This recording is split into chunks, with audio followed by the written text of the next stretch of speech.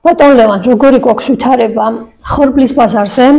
მოთხოვნა აქ მეპორეებისგან არის ის, რომ გაუქმდეს საიმპორტო გადასახადი, ეს პირდაპირ აისახება მეხორბლეებზე. თქვენთან რა ვითარება? რას გამოიწვევს ეს ყველაფერი? კი ბატონო, პირველ რიგში მცირე კომენტარი ბატონი მალხაზის ინფორმაციაზე, ცოტა უზუსტობა იყო იმასთან დაკავშირებით, რომ ეს გადასახადი არ შემოსულა იმისათვის, რომ ემუშავათ უბრალოდ ასე პირდაპირ წისქვილებს და მეხორბლებს. ეს გადასახადი შემოვიდა იქიდან გამომდინარე, რომ რუსეთის მხრიდან დარღვეული იქნა კონკურენციის პირობები, ანუ მცურავი ბაზის შემოღების შესახებ ხორბალზე და მის საპირწონედ შემოვიდა ეს გადასახადი იმისათვის, რომ კონკურენციის პირობები დაბრუნებულიყო ბაზარზე. რამაც ბუნებრივად მოიტანა, ის ბუნებრივად მოიტანა. კიდევ ერთხელ ვამბობ ის, რომ ემუშავა როგორც წისქვილებს, ისე მეხორბლებს და ისე პურის ქარხნებს. უბრალოდ ახსნისთვის ვამბობ, იდეა სწორი იყო ბატონი მალხაზის, უბრალოდ თვითონ ეს სტრუქტურა როგორ განხორციელდა, ეს იყო კონკურენციის სწორი პირობების დაბრუნება ბაზარზე, რამაც მოიტანა სამივე დარგის მუშაობა. დღესაც ეს კონკურენციის პირობები შენარჩუნებულია და დღეს მუშაობს როგორც ხორბლის წარმოება, ისე წისქვილ კომბინატები, ისე პურის წარმოება.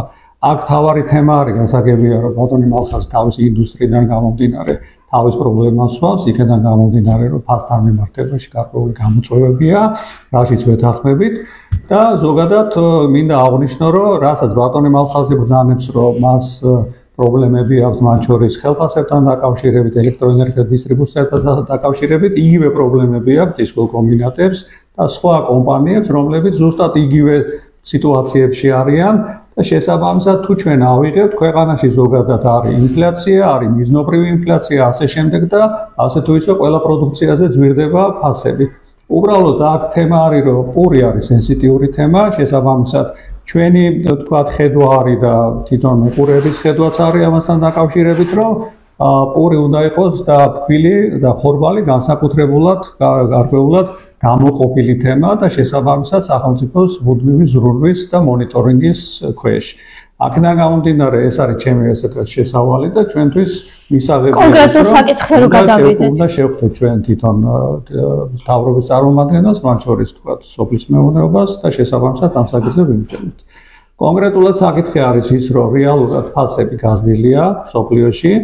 რუსეთთან დაკავშირებით, რომელიც რეგიონალური მოთამაშეა და მათ შორის ჩვენთან შემოდის მათი ფქვილიც, შესაბამისად ის, რომ ისინი აცხადებენ 10 მილიონი ტონის გაღიდვას, როცა შარშა 25 მილიონი ტონის გაღიდვა გამოაცხადეს სეზონის დასასრულამდე, ანუ ივნისის თვესამდე, ნიშნავს იმას, რომ სეზონი იქნება, სეზონის მეორე ნაწილი იქნება საკმაოდ დაძაბული. აქედან გამომდინარე, მნიშვნელოვანია, რომ ჩვენ ამას გარკვეულწილად უპასუხოთ გამოწვევებს, მათ შორის სახელმწიფოს მხრიდან და კერძო სექტორის მხრიდან.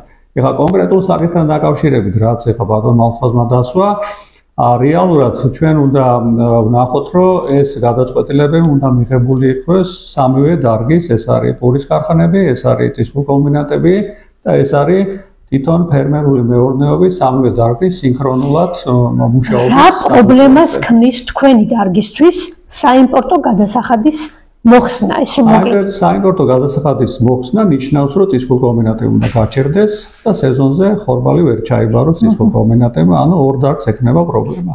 შესაბამისად, ზუსტად მაგიტომ ვამბობ, საჭიროა გადაწყვეტილების მიღება ამასთან დაკავშირებით, სადაც გათვალისწინებული იქნება სამივე დარგის ინტერესი. შესაბამისად, მე თავიდანვე აღვნიშნე, რომ ეს გადასახადი არ შემოსულა რაღაც ძალიან მექანიკურად, ეს გადასახადი შემოვიდა სწორი კონკურენციის პირობების გასათანადებლად. ჩვენ ერთი წუთი ეკა, ჩვენ ვიცით, რომ 2021 წლიდან 2 წლის განმავლობაში ფაქტიურად აგრესიულად შემოდიოდა რუსული ფქვილი ქვეყანაში და შესაბამისად ამან გამოიწვია ის, რომ წისქვილ კომბინატები გაჩერდა და მეხორბლებმა ხორბალი ვერ ჩააბარეს. შესაბამისად, წისქვილ კომბინატების გაჩერება და ხორბლის არჩაბარება გამოიწვევს ზუსტად იგივე პროცესებს, როგორც შარშან იყო და შესაბამისად თავიდან შევდივართ იმ სიტუაციაში, რომლიდანაც ჩვენ ასე თუ ისე გამოვედით. გადასახადების შეიძლება რაღაც მოძებნა გარკვეული ვთქვათ შეხების წერტილების, რომ დარეგულირდეს ეს სიტუაცია. გუნებავთ, მე გეტყვით, როგორ შეიძლება. ჩემი კითხვა სწორედ ამას ეხება, რა არის თქვენი ალტერნატიული წინადადება, ისე რომ არც პური გაძვირდეს და არც წისქვილ კომბინატები დაიხუროს.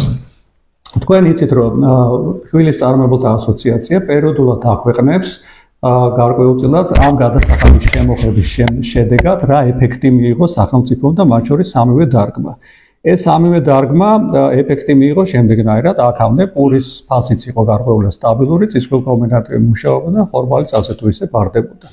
შესაბამისად, ამ გადასახადის შემოსხების შემდეგ ქვეყანაში აკუმულირებული იქნა 50 მილიონამდე ლარი ამ გადასახადით, რომელიც ადრე არ არსებობდა. ანუ რო ავხსნათ, როდესაც შემოდის ფქვილი, მათ შორის ქათოც არის და კიდე სხვა პროდუქტი არის, მას ამ გადასახადის შედეგად შეაქვს გარკვეულად ბიუჯეტში თანხები. ანუ ეს არის 250 ლარი ერთ ტონა ფქვილზე და ამ გადასახადებით წლინ ახევრის განმავლობაში, რაც შემოვიდა ეს მექანიზმი, დღეს დაგროვილია 50 მილიონი ლარი. შესაბამისად, ეს არ არის ის ფული, რომელიც გადასახადების გადახდელების ფულია, ეს არის მოსაკრებლის ფული და შესაბამისად, თუ ჩვენ განვიხილავთ ამ მექანიზმს საერთო ჯამში, ანუ მუშაობის მექანიზმს, ჩვენ ადრეც ვამბობთ, რომ ამ თვითონ თანხას შეიძლება დავარქვათ ეგრეთ წოდებული სტაბილიზაციის ფონდი, იმ შემთხვევაში, თუ ესეთი კრიტიკული სიტუაცია შეიქმნებოდა, როგორც დღეს შეიქმნა, პურთან დაკავშირებით, ამ სტაბილიზაციის ფონდიდან ამ 50 მილიონის გამოყენება შეიძლება იმისათვის, რომ დასტაბილურდეს პურზე ფასი. ეხლა როგორ შეიძლება მექანიზმი ეს არის, მაგრამ კლასიკურად არ არის. იმიტომ კიდევ ერთხელ ვამბობ, ეს არ არის გადახდელის ფული. ანუ ეს არის შემოსავალი, რომელიც მიღებული არის ზუსტად ამ გადასახადების შედეგად. შესაბამისად, ჩვენი სქემა დაახლოებით ასეთი, ამაზე შეიძლება მუშაობა რეალურად. დღესდღეობით სოციალური პურის გამოსაცხობად ზოგადად სტანდარტულად ქვეყანას ჭირდება 7000 ტონა ფქვილი იმისათვის, რომ გამოაცხოს პირველი ხარისხის პური, რომელიც ყოველდღიური მოხმარების არის.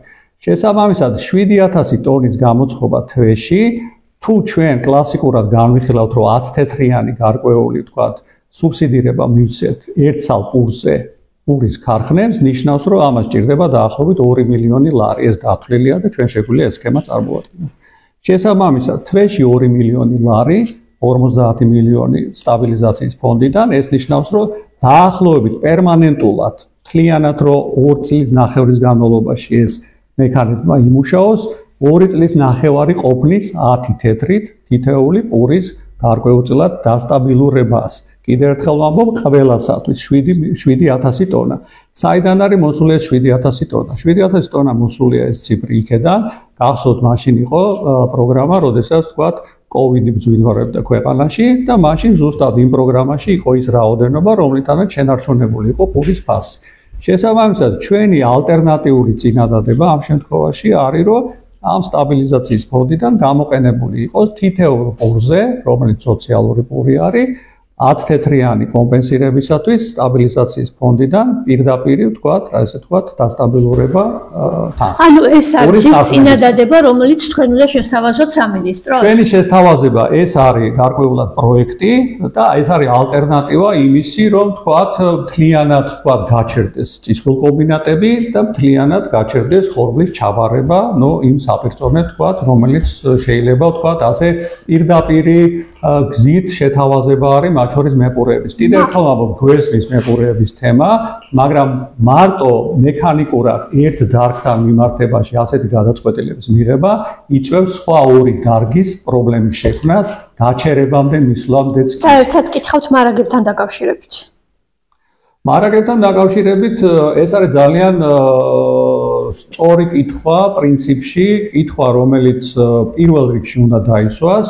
იმიტომ რომ ბატონო ალხაზმა ბრძანა თქვენ რო კითხეთ რომ მარაგებთან დაკავშირებით რა თქმა უნდა არის მარაგები 2 წლის გეთანხმებით 2 თვე 2 თველნახევარის მაგრამ ეს მარაგები არის არა პურის ქარხნებში არამედ არის წისქვილ-კომბინატებში და არის ხორბლა და არის წისქვილ-კომბინატებში და არის ფერმერულ მეურნეობებში შესაბამისად ეს ორი დარგი ქმნის მარაგებს შესაბამისად მარაგების თემასთან თუ მივდივართ მარაგების უალტერნატივე შემქმნელი ეს არის წისქვილ-კომბინატი და ეს არის ადგილობრივი წარმოება. სამწუხაროდ პურის ქარხნები მარაგებს ვერ ქმნიან, არა იმიტომ რომ მათ არ უნდათ ეს, არამედ არც ინფრასტრუქტურულად არის ეს მოწყობილი და შესაბამისად არც ადგილი აქვს იმისათვის რომ მათ ეს მარაგები შექმნას. ამიტომ შესაბამისად ის რომ თქვა წისქვილ-კომბინატი გაჩერდეს და ხორბლის ჩაბარება ვერ მოხდეს, ავტომატურად ნიშნავს, რომ მარაგებთან დაკავშირებით პრობლემა იქნება და შესაძლებელია, რომ გარკვეულწილად დაიძაბოს სიტუაცია, როდესაც ჩვენ დღეს, როდესაც წისქვილი მუშაობს და ადგილობრივი ხორბლის სავალიც მოდის, გარანტირებულად 100%-იან უსაფრთხოების მხრივ. მათ შორის, საიდანაც არ უნდა მოდიოდეს ხორბალი, მათ შორის რუსეთიდან ხორბლის შემოსვლის დროს დაცულობის 100%-იანი გარანტია გვაქვს და ჩვენ ამას მემორანდუმით გამტკიცებული გვაქვს სახელმწიფოსთან. სამწუხაროდ პურის წარმოებლები, არ ვიცი ახლა შეგიძლიათ ბატონმა ხალხს კითხენ, ამის გარანტიას ვერ მოგცემენ.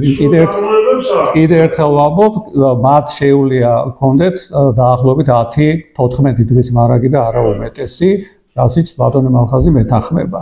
ეს მოცემულობაა ქვეყანაში და შესაბამისად ამის ირგვლივ უნდა ვიმსჯელოთ ჩვენ, რომ სამივე დარგის პოზიციები იყოს გათვალისწინებული.